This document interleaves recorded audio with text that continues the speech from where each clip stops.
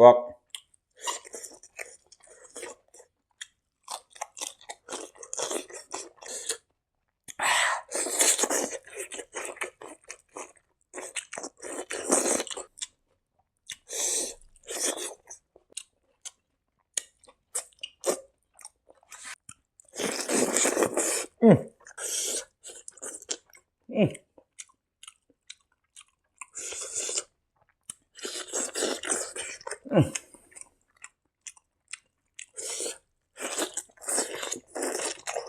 Let's go babyblogkitkit.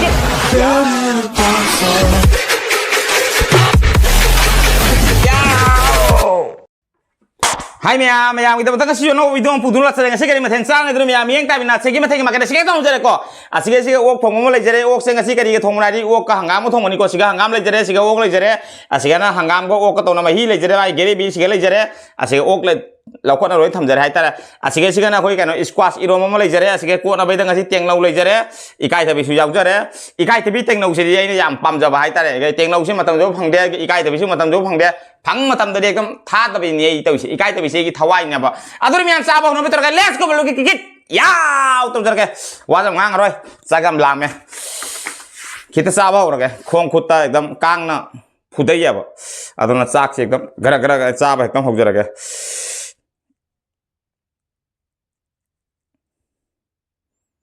tengnau ke sege dum thambai na khara phajana bai haina hangam hi roi pai thare sege chak to lini ren thumbnail la phajade ne ai thumbnail to wan sem de ko do EKAITHIBI do hajang mahi do hangam ga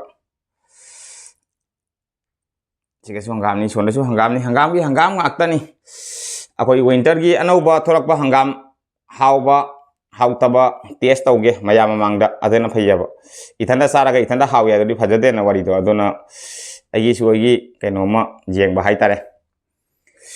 mayam mangdai di hauna sabado pamyaba ithanda haung sabado pamdeba sima bera jam ta dori sima hipal lage hangam ma sei hi loi palle nako phan cha ge nako tin ta tai ok ni na how na sarge adur mi am cha ba no betul kan let's go babyblogkitkit yaw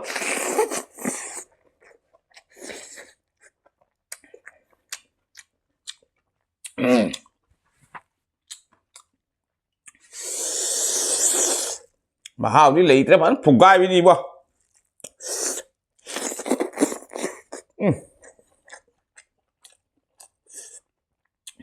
hoặc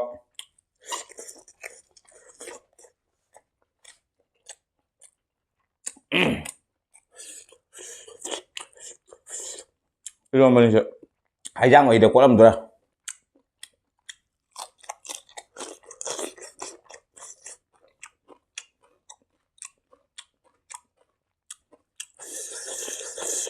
hanggam tuh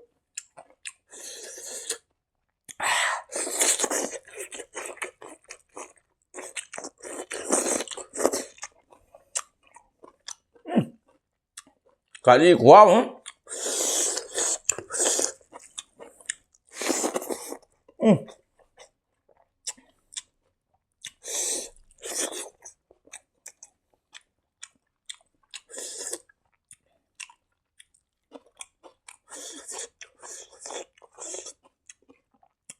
eromba mahal mah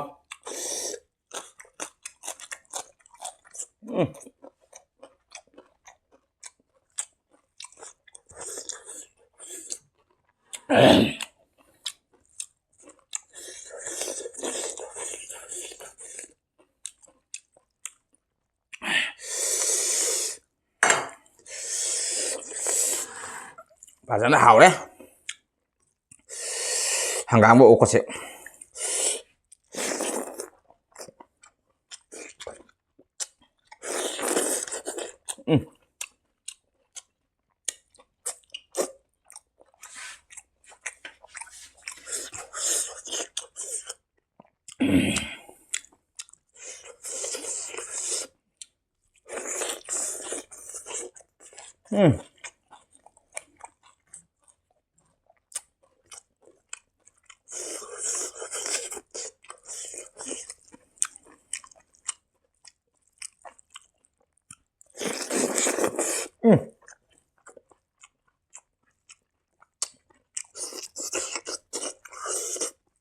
Kari wow nữa ba?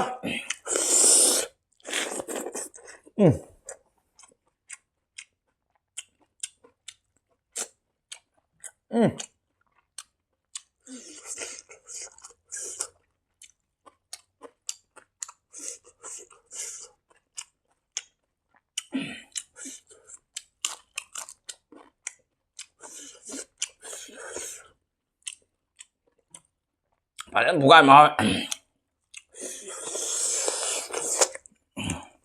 Camera quality देख रहे शेंगो देखो light जात रहे मतलब copper light सु जात रहे मका कापर लाइट सु जात रहे रिंग लाइट सु जात रहे कैमरा लाइट सु जात रहे करम लाइट जात रहे इतरे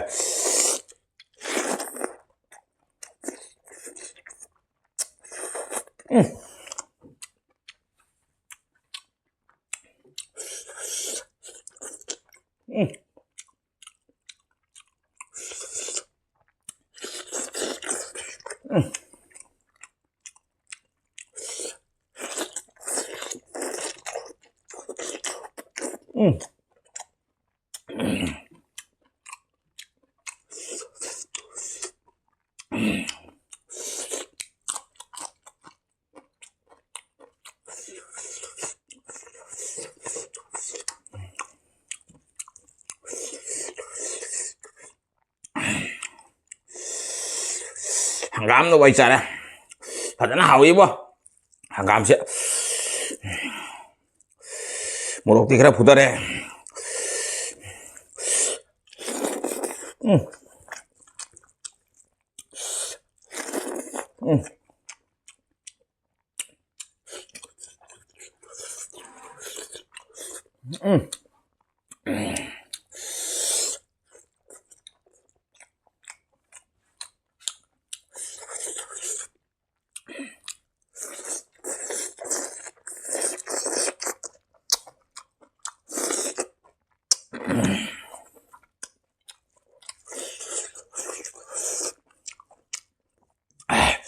thật nó hào đấy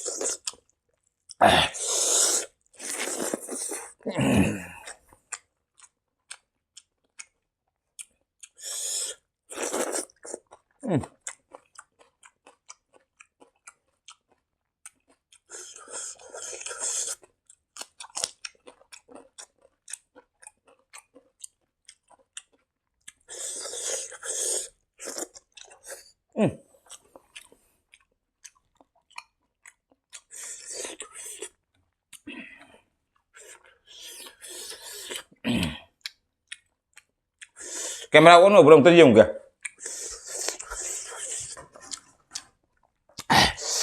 uống rồi đi ngan lắm quá semuanya cancel rồi kìa bạn cào thùng này uống năm tập hai tay hào đấy phải thằng này bua ngasih hào với camera bằng hình tập hai tay video sih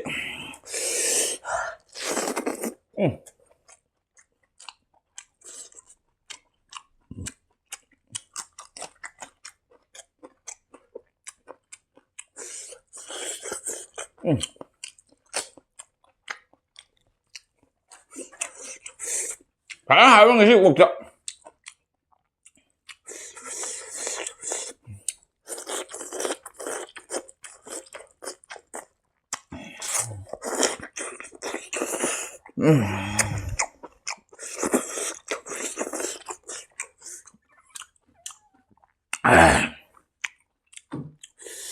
Hingga tak ya.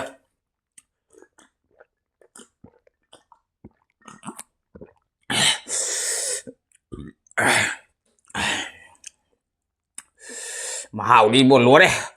fugai mahau ni bo iromba sakara morok jaire su iromba di morok khara jai bo mathau tai dana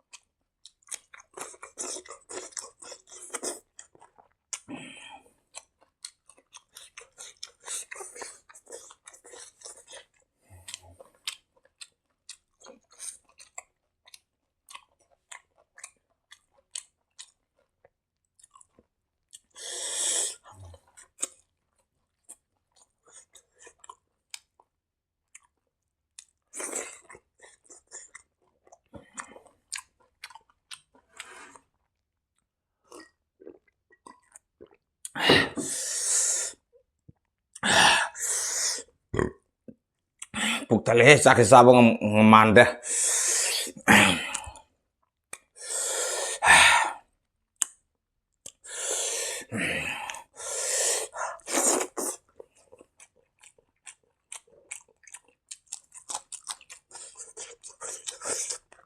sẽ thông tin nè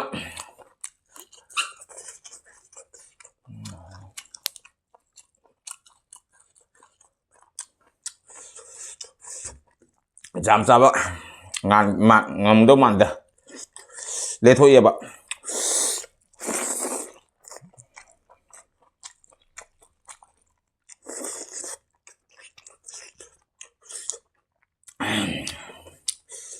tại tôi cái tôi mày em chia ra cái gì rồi vẫn ngầm con này thật đi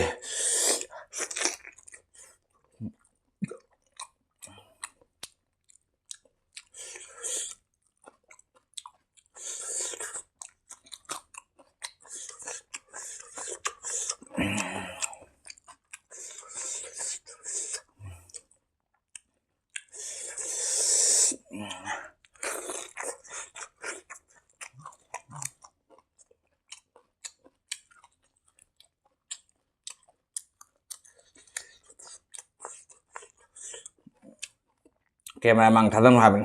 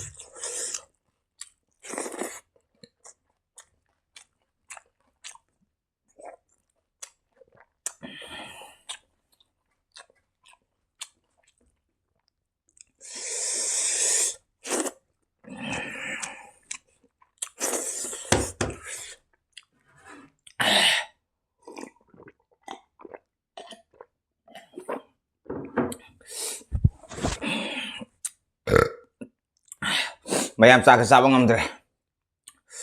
ꯑꯣꯛ ꯃꯇꯨꯝꯁꯦ ꯄꯨꯛ ꯊꯟꯈ꯭ꯔꯦ ꯑꯗꯨ ꯃꯥꯏ ꯃꯥꯡꯁꯣꯛ ꯈꯔ ꯂꯩꯍꯧꯔꯦ ꯆꯥꯗꯕꯤ ꯆꯥꯊꯣꯛꯈ꯭ꯔꯦ ꯃꯇꯨꯝ ꯃꯔꯤꯒꯤ ꯃꯥꯡꯁꯣ ꯃꯆꯦꯠ ꯃꯆꯦꯠ ꯂꯩꯍꯧꯔꯦ ꯆꯥꯛꯁꯤꯗꯤ ꯑꯗꯨ ꯃꯌꯥꯝ ꯈꯪꯉꯤ ꯆꯥꯛꯈꯣꯝ ꯑꯃ ꯍꯥꯏꯇꯥꯔꯦ ꯆꯥꯛꯈꯣꯝ ꯑꯃ ꯑꯅꯤ ꯑꯗꯨꯃꯥꯏꯅ ꯂꯦꯝꯍꯧꯔꯦ ꯐꯖꯅ ꯆꯥꯔꯦ ꯑꯣꯛꯁꯦ KG ꯃꯈꯥꯏ ꯑꯃ ꯄꯨꯔꯛꯄꯅꯦ ꯍꯥꯏꯕ ꯑꯗꯨꯅ ꯊꯥꯎ ꯍꯦꯛ ꯊꯥꯡꯕꯗꯤ ꯃꯥꯏ ꯈꯔ ꯀꯩꯅꯣ ꯇꯧꯋꯤ ꯍꯥꯏꯇꯥꯔꯦ ꯂꯦꯊꯣꯛꯄ ꯈꯔ ꯌꯥꯎꯋꯦꯕ ꯑꯗꯨꯒ ꯃꯅꯥ ꯃꯁꯤꯡꯁꯨ ꯈꯔ ꯌꯥꯎꯅ ꯆꯠꯁꯜꯂꯦ ꯑꯗꯨꯅꯁꯨ ꯄꯨꯛ ꯊꯥꯔꯦ ꯀꯩꯁꯨꯝ ꯂꯦꯝꯗ꯭ꯔꯦ ꯃꯅꯥ ꯃꯁꯤꯡ ꯑꯁꯤꯗꯨ ꯍꯩꯖꯥꯡꯁꯤ ꯈꯔ ꯂꯦꯝꯃꯦ ꯑꯁꯤꯗꯤ ꯍꯩꯖꯥꯡ ꯃꯍꯤꯁꯨ ꯂꯩꯇ꯭ꯔꯦ ꯑꯗꯨ ꯆꯥꯛ ꯈꯔꯁꯤꯒ ꯃꯆꯦꯠ ꯃꯆꯦꯠ ꯀꯃꯥꯏꯅ ꯃꯇꯣꯡ ꯍꯥꯏꯇꯥꯔꯦ ꯑꯗꯨ ꯃꯇꯣꯡꯁꯦ ꯃꯔꯤꯈꯛ ꯑꯇꯩ ꯂꯣꯏ ꯆꯥꯊꯣꯛꯈ꯭ꯔꯦ ꯃꯔꯤꯈꯛꯀꯤ ꯃꯇꯣꯡ ꯂꯩꯍꯧꯔꯦ ꯑꯗꯨꯗꯤ ꯃꯌꯥꯝ ꯆꯥꯕꯁꯨ ꯂꯣꯏꯅ ꯃꯊꯪꯗ ꯚꯤꯗꯤꯑꯣ ꯂꯣꯏꯁꯟꯕ ꯇꯧꯔꯒ ꯚꯤꯗꯤꯑꯣ ꯌꯦꯡꯕ ꯅꯨꯡꯉꯥꯏꯔꯒꯗꯤ ꯂꯥꯏꯛ ꯁꯤꯌꯥꯔ ꯀꯃꯦꯟ ꯇꯧꯕ ꯀꯥꯎꯕꯤꯒꯅꯨ ꯆꯦꯅꯦꯜꯁꯤꯗ ꯅꯣꯡꯆꯠꯄ ꯆꯤꯟꯅꯥꯎꯁꯤ ꯂꯩꯔꯒꯅ ꯆꯦꯅꯦꯜꯁꯤꯕꯨ ꯁꯕꯁꯀ꯭ꯔꯥꯏꯕ ꯇꯧꯕꯗꯅ ꯕꯦꯜ ꯑꯥꯏꯀꯣꯟ ꯈꯤꯇꯪ ꯂꯥꯎꯔꯤꯕ ꯀꯥꯎꯕꯤꯒꯅꯨ ꯑꯗꯨꯗꯤ ꯁꯣꯝꯒꯤ ꯃꯅꯥꯛꯇ ꯌꯦꯡꯉꯩꯒꯤ ꯅꯧꯗꯧ ꯊꯥꯡꯕ ꯈꯨꯗꯤꯡꯒꯤ ꯈꯤꯇꯪ ꯑꯅꯤ ꯀꯩꯅꯣ ꯑꯗꯨ ꯇꯧꯕ ꯆꯦꯅꯦꯜ ꯁꯕꯁꯀ꯭ꯔꯥꯏꯕ ꯇꯧꯕꯗꯅ ꯕꯦꯜ ꯑꯥꯏꯀꯣꯟ ꯈꯤꯇꯪ ꯂꯥꯎꯔꯤꯕ ꯀꯥꯎꯕꯤꯒꯅꯨ ꯍꯥꯟꯅ ꯌꯦꯡꯅꯖꯔꯤꯕ ꯏꯆꯦ ꯁꯤꯁꯇꯔ ꯕ꯭ꯔꯗꯔ ꯃꯌꯥꯝ ꯋꯥꯔꯤꯉꯩꯗ ꯕꯦꯕ꯭ꯂꯣꯛ ꯊꯥꯒꯠꯇꯔꯤ ꯃꯌꯥꯝ ꯅꯨꯡꯁꯤꯗꯨꯅꯒꯤ ꯚꯤꯗꯤꯑꯣꯁꯤꯕꯨ ꯁꯁꯔ ꯂꯥꯎꯅ ꯈꯔ ꯆꯥꯠꯇꯕꯤꯌꯨ ꯑꯁꯤ ꯍꯥꯏꯔ ꯃꯌꯥꯝꯅ ꯀꯥꯏꯅꯕ ꯌꯥꯊꯪ ꯂꯧꯖꯔꯒꯦ ꯉꯁꯤꯗꯤ ꯕꯦꯕ꯭ꯂꯣꯛ ꯈꯔ ꯆꯠꯂꯒꯦ next ꯚꯤꯗꯤꯑꯣ ꯑꯗꯨꯝ ꯐꯪꯅꯁꯤ ꯉꯁꯤꯒꯤꯗꯤ ꯕꯥꯏ ꯕꯥꯏ